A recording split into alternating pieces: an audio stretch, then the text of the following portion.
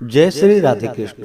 आइए आज आप सब जानेंगे वर्ष 2024 पौष अमावस्या, गंगा स्नान, दान पुण्यों का कार्य, श्राद्ध तर्पण आदि का कार्य किया जाएगा। अमावस्या तिथि के दिन क्या करना चाहिए, तो आइए जानते हैं इन सबों के बारे में। प्रत्येक माह के कृष्ण पक्ष की अंतिम तिथि जो कि अमावस्या तिथि होती है, और अमावस्या तिथि के दिन चंद्रमा दिखाई नहीं पड़ते हैं। चंद्रमा मन के कारक माने जाते हैं। अमावस्या तिथि के दिन गंगा स्नान करना, दान पुण्यों के कार्य करने का विशेष महत्व होता है तथा इस दिन पितरों को प्रसन्न करने के लिए जो कि श्राद्ध तर्पण आदि का कार्य किया जाता है, ब्राह्मण भोजन कराया जाता है। अमावस्या तिथि वहीं पे अगर सोमवार के दिन पड़े तो इसे सोमवती अमावस्या के नाम से जाना जाता है और इस दिन का अपना विशेष महत्व हो जाता है। सोमवती अमावस्या तिथि पर स्त्रियां जो कि सौभाग्य में वृद्धि हेतु, अखंड सौभाग्य की प्राप्ति हेतु, पुत्र पौत्रादि की प्राप्ति हेतु व्रत को धारण करती हैं और सोमवती अमावस्या पर जो कि पीपल वृक्ष के पूजन करने का विधान है तथा पीपल वृक्ष की भवरी देते हुए 108 बार परिक्रमा की जाती है, जिससे कि सौभाग्य में वृद्धि होती है। वर्ष 2024 की यह पौष मास की अंतिम अमावस्या तिथि होगी, जो कि अमावस्या तिथि प्रारंभ समय 30 दिसंबर 2024 दिन सोमवार सुबह 4:02 और अमावस्या तिथि की जो समाप्ति है वह 31 दिसंबर 2024 दिन मंगलवार के तड़के यानी कि सुबह 3:57 पे अमावस्या तिथि की समाप्ति है। इस बार 30 दिसंबर 2024 दिन सोमवार को अमावस्या तिथि व्रत को धारण किया जाएगा तथा गंगा स्नान, दान पुण्यों का कार्य, श्राद्ध तर्पण आदि का कार्य भी 30 दिसंबर को किया जाएगा। इस बार सोमवार के दिन सोमवती अमावस्या का योग भी बन रहा है, जो कि स्त्रियां सोमवती अमावस्या का व्रत धारण करेंगी। अभी खरमास चल रहा है, तो खरमास में जो भी सोमवती अमावस्या का नया व्रत धारण करने वाली स्त्रियां हैं वो अभी नया व्रत को धारण नहीं कर सकती हैं। खरमास में नए व्रत को धारण नहीं करना चाहिए और व्रत का उद्यापन भी नहीं करना चाहिए। खरमास जो कि 14 जनवरी 2025 को समाप्त होगा, तो अभी खरमास चल रहा है जो कि 17 दिसंबर से खरमास शुरू है और 14 जनवरी 2025 को खरमास की समाप्ति है। तो खरमास के दौरान जो कि नए व्रत धारण नहीं करने चाहिए, व्रत का उद्यापन नहीं करना चाहिए, शुभ मांगलिक कार्य नहीं करना चाहिए।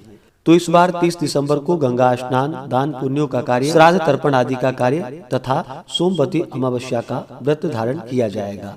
30 दिसंबर को ब्रह्म मुहूर्त का जो समय है वह समय सुबह 5:24 से सुबह 6:19 तक होगा। सूर्योदय का समय सुबह 6:44, सूर्यास्त शाम 5:19 होगा। राहु काल का समय सुबह 8:02 से सुबह 9:22 तक होगा। 30 दिसंबर को राहु काल समय के दौरान कोई भी शुभ कार्य या नया कार्य नहीं करना चाहिए, इस बात का ध्यान रखें। नक्षत्र जो कि मूल नक्षत्र होगा रात्रि 11:57 तक, उसके बाद पूर्वाषाढ़ा नक्षत्र होगा। योग जो कि वृद्धि योग होगा रात्रि 8:32 तक, उसके बाद ध्रुव योग होगा।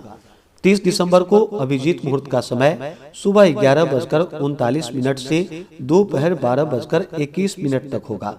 विजय मुहूर्त का समय दोपहर 2:07 से दोपहर 2:49 तक होगा। इस दिन शुभ चौघड़िया मुहूर्त के अनुसार जो समय है 30 दिसंबर को, वह समय अमृत नामक शुभ चौघड़िया मुहूर्त सुबह 6:44 से सुबह 8:01 तक होगा। उसके बाद शुभ नामक चौघड़िया मुहूर्त सुबह 9:23 से सुबह 10:42 तक होगा।